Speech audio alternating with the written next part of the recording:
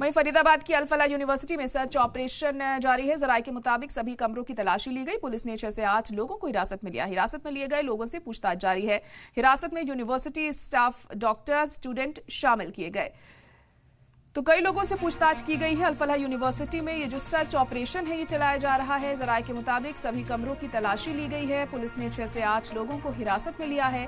हिरासत में लिए गए लोगों से पूछताछ भी की जा रही है और इन हिरासत में जिन लोगों को लिया गया है वो यूनिवर्सिटी का स्टाफ है, डॉक्टर हैं, स्टूडेंट्स भी इसमें शामिल हैं और आगे की पूछताछ इनसे होती है। तो अब क्या कुछ और इसमें निकलकर सामने आता है ये अहम ही होगा यहाँ पर देखना। तो जांच पड़ताल लगातार जारी है इस मामले में। अल-फलाह यूनिवर्सिटी से इन लोगों को हिरासत में लिया गया है क्योंकि तमाम सबूत इस यूनिवर्सिटी से अब मिलते हुए हमें दिखाई दे रहे हैं और धीरे धीरे एक के बाद एक कड़ी जुड़ती हुई नजर आ रही है। अब जिन लोगों को हिरासत में लिया गया है इनसे भी कई सुराग हाथ लग सकते हैं और उस मास्टरमाइंड तक पहुंचा जा सकता है जिसने इस पूरे हमले को प्लान किया था। तो अल-फलाह यूनिवर्सिटी में कार्रवाई लगातार जारी है। सर्च ऑपरेशन लगातार देखने को मिल रहा है और हमारे नुमाइंदा सैयद मुबश्शिर इस वक्त लाइव जुड़ चुके हैं। मुबश्शिर, तो कई लोगों को अल-फलाह यूनिवर्सिटी से हिरासत में लिया गया है। कौन कौन ये लोग हैं और क्या कुछ पूछताछ इनसे की जा रही है, क्या अपडेट? बिल्कुल ज़ारा, देखिए जिस तरीके से लगातार खुलासे हो रहे हैं कई सारी एजेंसियाँ और ताज़ा अपडेट आपको बता दूं कि खदावली में NIA और FSL की टीम जो है वो दोबारा रेड इको स्पोर्ट्स थी उसकी जांच करने के लिए पहुंची है। वहीं दूसरी तरफ अल-फलाह यूनिवर्सिटी के जो कमरों में डॉक्टर मुजम्मिल और उमर के कमरों से जो डायरी मिली है उसको भी खंगालने की कोशिश की जा रही है। उसमें जो भी नोट्स हैं उनको डिकोड करने की कोशिश की जा रही है। सुरक्षा एजेंसियाँ जिसने लगातार देश भर के अलग अलग राज्यों में छापेमारी हो रही है, जैसा कि आपने भी बताया और जिस तरीके से खबर निकल के आ रही है सूत्रों के हवाले से कि देश के अलग अलग हिस्सों में ब्लास्ट करने की प्लानिंग थी, यानी 2 से 3 गाड़ियों में। अभी ताज़ा मामला निकलकर सामने आ रहा है। ताज़ा खबर ये आ रही है कि एक ब्रेजा कार भी हो सकती है इसमें शामिल, क्योंकि उसको भी संदिग्ध माना जा रहा है। उस कार की भी तलाश की जा रही है। एक ब्रेजा कार है जिसमें इस तरीके, क्योंकि पुरानी गाड़ियों में धमाके करने के लिए एक्सप्लोजन को इकट्ठा किया जा रहा था और उनको लेकर अलग अलग देश के अलग अलग राज्यों में जाने की जो है कोशिश वो की जा रही थी। ऐसा सूत्रों के हवाले से जो खबर निकल कर सामने आ रही है। हालांकि अल-फलाह यूनिवर्सिटी ने 2 दिन पहले ही अपने एक प्रेस नोट में जाकर किया कि अल-फलाह यूनिवर्सिटी के अंदर से किसी तरीके का ऐसा कोई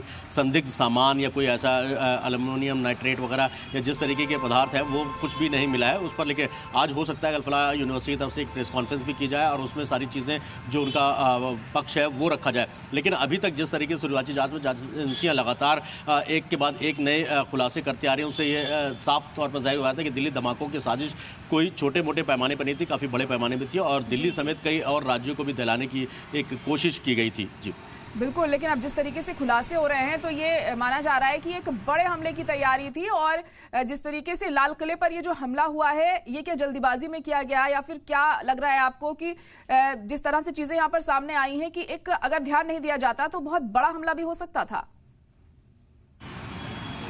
अब बिल्कुल देखिए, अब तक के हम जो पैटर्न अगर हम समझे ज़रा पिछले 20 सालों की मैं अगर बात करूँ, 20 सालों में दिल्ली के जहाँ भी इलाकों में जैसे भी चाहे 2008 का हो, 11 का हो या दूसरे सालों में जो इस तरीके से बम ब्लास्ट हुए वो ब्लास्ट प्लांट किए गए थे, यानी बम प्लांट किए गए थे और कैंडेड एक जगह भीड़ भाड़ वाले इलाके में, चाहे वो लाजपत नगर हो, सरोजिनी नगर मार्केट हो या करोल बाग हो, जिस जगह भीड़ भाड़ ज़्यादा होती है वहाँ पर प्लांट किए गए थे और उसकी वजह से काफ़ी ज़्यादा लोग इससे आहत हुए थे, काफ़ी ज़्यादा लोगों की मौत हुई थी। लेकिन अब जो प्लांट हुआ, पहली बात तो इसको किसी कह सकते हैं RDX टाइप या इस तरीके के एक्सप्लोजन से प्लान नहीं किया गया था। जो पूरा जो प्लान था वो चलती हुई गाड़ी में ब्लास्ट होने का मतलब है साफ तौर पे कि इसको कहीं ऐसी जगह पर गाड़ी को लेकर जाना था जिस तरीके से ज़्यादा से ज़्यादा नुकसान हो सके। हालांकि अभी तक 13 लोगों की मौत हो गई है और 20 से ज़्यादा लोग घायल हैं जो अभी भी ज़िंदगी मौत के बीच जूझ रहे हैं। खबर ये भी कि आज सुबह भी एक जो शख्स था जिसकी ज़्यादा घायल में ज़्यादा चोट लगी थी, ICU में भर्ती था, उसकी डेथ हुई है।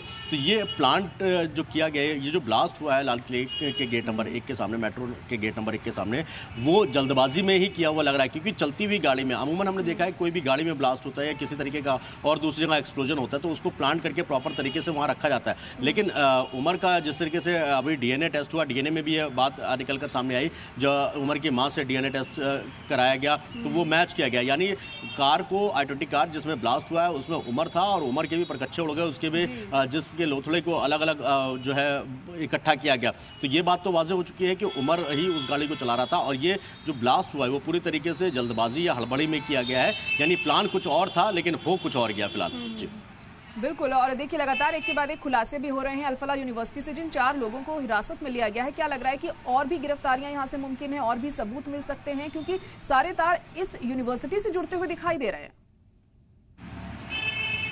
देखिए, शुरुआत में जब फरीदाबाद पुलिस ने खुलासा किया 360 किलोग्राम अमोनियम नाइट्रेट बरामद किया गया, उसी बाद से अल-फलाह यूनिवर्सिटी पर गाज गिरी है।